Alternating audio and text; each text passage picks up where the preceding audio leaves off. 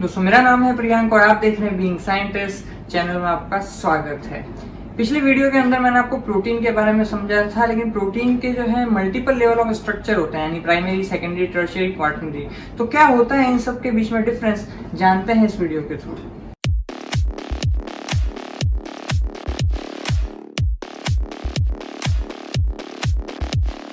तो प्रोटीन जो है एक 3 डायमेंशनल स्ट्रक्चर होता है, जिसके बारे में डिटेल में मैंने एक पिछला वीडियो बनाया है। लेकिन उस 3 डायमेंशनल स्ट्रक्चर को बनाने के लिए बहुत सारे कोवेलेंट और नॉन कोवेलेंट इंटरेक्शन होते हैं, जो कि उसे उस तरह का शेप दे रहे होते हैं। तो उसकी जो बेसिक यूनिट होती है वो होती है अमाइनो एसिड। और अमाइनो एसिड और उसके बाकी के जितने भी प्राइमरी, सेकेंडरी, टर्शियरी, क्वार्टरनरी को समझाने के लिए एक तरह से मैं मॉडल का इस्तेमाल कर रहा हूँ, जिससे कि आपको अच्छे से समझ में आएगा। तो स्टार्ट करते हैं प्राइमरी स्ट्रक्चर से। तो यहाँ पे जो है बेसिक यूनिट जैसे मेरे पास में रखी हुई है, बनाई हुई अमीनो एसिड की। तो यहाँ पे आप देख सकते हैं कि जैसे एक एमिनो एसिड है, तो यहाँ पे एक एमीन ग्रुप है और एक जो है एसिडिक ग्रुप है। इसके अलावा एक हाइड्रोजन बॉन्ड है और एक तरह से आर ग्रुप है। बेसिकली इन आर ग्रुप में वेरिएशन की वजह से ही जो है अलग अलग तरह के एमिनो एसिड बनते हैं। तो अब यहाँ पे क्या होगा कि जब बहुत सारे ऐसे एमिनो एसिड, आप मान के चलिए बहुत सारे, मतलब 15, 20, 25 ऐसे बहुत सारे एमिनो एसिड जब एक साथ जुड़े हुए होंगे, तो वो जाके एक पेप्टाइड जो है वो पेप्टाइड चेन बनाते हैं। क्या मतलब है मेरा इसका, जुड़ेंगे कैसे? क्योंकि यहाँ पे COH है और यहाँ NH2 है, तो इन दोनों के बीच में जैसे अगर रिएक्शन होती है तो वाटर रिलीज होगा और एक बॉन्ड बनता है जिसका नाम है पेप्टाइड बॉन्ड, CONH। आप जिसे केमिकली आप समझ सकते हैं। तो इस तरह से जब बहुत सारे ऐसे बॉन्ड जब जुड़ते हैं एमिनो एसिड के, जुड़ के एक तरह से वो पेप्टाइड चेन बनाते हैं। आप ऐसे समझ लीजिए कि जैसे फॉर एग्जांपल यहाँ पे ये इस तरह से पेप्टाइड चेन, एक तरह से मान लीजिए लंबी सी पेप्टाइड चेन बन जाएगी।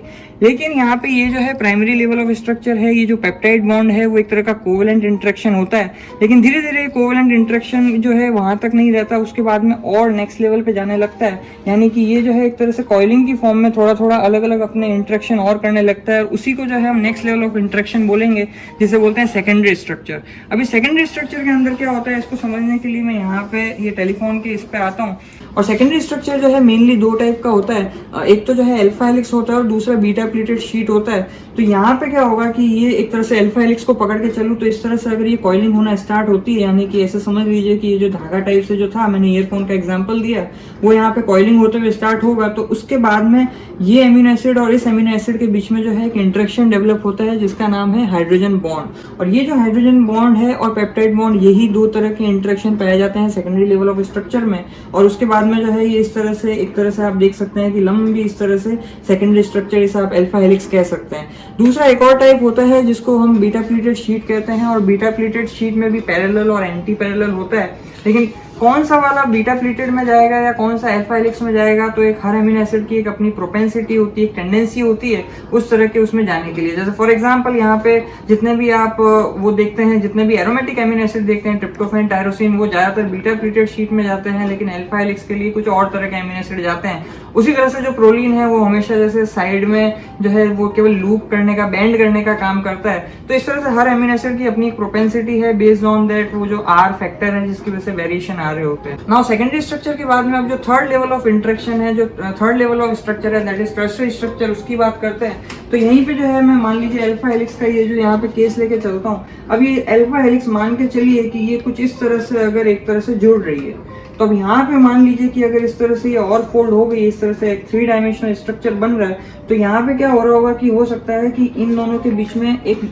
डाइसल्फाइड बॉन्ड बन रहा हो, जो कि एक तरह से आप ऐसे समझ सकते हैं कि कोवेलेंट इंटरेक्शन है। और दूसरा जो है यहाँ पे और भी आप इसके अंदर जैसे लंडन फोर्सेस होंगे, कुछ आयनिक इंटरेक्शन डेवलप हो रहे होंगे, कुछ जो है और ज्यादा लेवल ऑफ हाइड्रोजन बॉन्डिंग हो रही होगी। तो इस तरह से मिला के मान लीजिए ये एक प्रोटीन बन जाएगा, जो कि मान के चलिए कि ये इस तरह से टर्शियरी स्ट्रक्चर इसे आप कह सकते हैं। तो यहाँ पे टर्शियरी स्ट्रक्चर में बॉन्डिंग जो है आप देख सकते हैं कि हाइड्रोजन बॉन्डिंग और पेप्टाइड बॉन्डिंग तो सेकेंडरी स्ट्रक्चर तक ही आगे थी, लेकिन और भी लेवल ऑफ जो बॉन्डिंग है, डाइसल्फाइड बॉन्डिंग हो गई, या फिर आप लंडन फोर्सेस कह दीजिए, उसके अलावा और भी जो डाइपोल इंटरेक्शन है वो कह दीजिए, वो सारे के सारे जो है इस टर्शियरी स्ट्रक्चर का पार्ट होते हैं।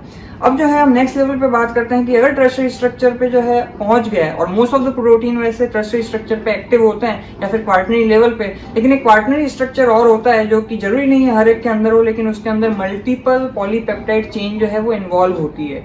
तो उसको समझने के लिए हम एक और यहाँ पे मॉडल की बात करते हैं। तो यहाँ पे जो है जैसे हम देख सकते हैं कि ये एक तरह से टर्शियरी, अगर मान लीजिए दो पॉलीपेप्टाइड चेन है और ये एक दूसरे से आपस से मान लीजिए ऐसे कनेक्टेड है, फोर्सेज जो है यहाँ पे सेम रहेंगे, सारे के सारे जो इंटरेक्शन है वो जो टर्शियरी स्ट्रक्चर के अंदर थे वही क्वार्टनरी स्ट्रक्चर में भी होते हैं। लेकिन मान के चलिए कि मान लीजिए इस तरह की दो पॉलीपेप्टाइड चेन है वो कनेक्टेड है, और इसका जो क्लासिकल एग्जांपल है वो हीमोग्लोबिन है जिसमें दो अल्फा चेन और दो बीटा चेन होती है, और जो टर्शियरी स्ट्रक्चर होता है उसका क्लासिकल एग्जांपल जो है एक तरह से मायोग्लोबिन होता है। तो इस तरीके से अलग अलग लेवल ऑफ इंटरेक्शन होते हैं जिसकी वजह से secondary, primary, secondary, tertiary, quaternary structure देखने को मिलते हैं, और उसी के हिसाब से टर्शियरी और क्वार्टनरी स्ट्रक्चर के हिसाब से कोई भी प्रोटीन जो है एक्टिव होता है। ऑल्दो जो है आजकल ये भी जो है रिसेंट न्यूज़ बता रही है कि कुछ प्रोटीन डिसऑर्डर्ड वे में या फिर जिनका इंटरेक्शन उतना, स्ट्रक्चर उतना अच्छे से नहीं होता है, वो भी एक्टिव होते हैं, लेकिन वो एक्सेप्शन अभी हम मानते हैं। इन जनरल जो थंब रूल है वो ये कि टर्शियरी और क्वार्टनरी जो होगा वो जो है ज़्यादा एक्टिव होगा। और उसी के साथ में जो है यहाँ पे आप डीनेचुरेशन को भी समझ सकते हैं कि जो प्रोटीन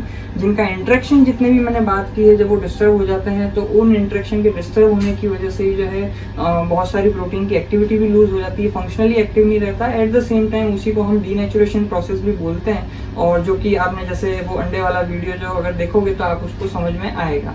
तो आज के लिए इतना ही, फिर आपसे मुलाकात होगी। जय विज्ञान।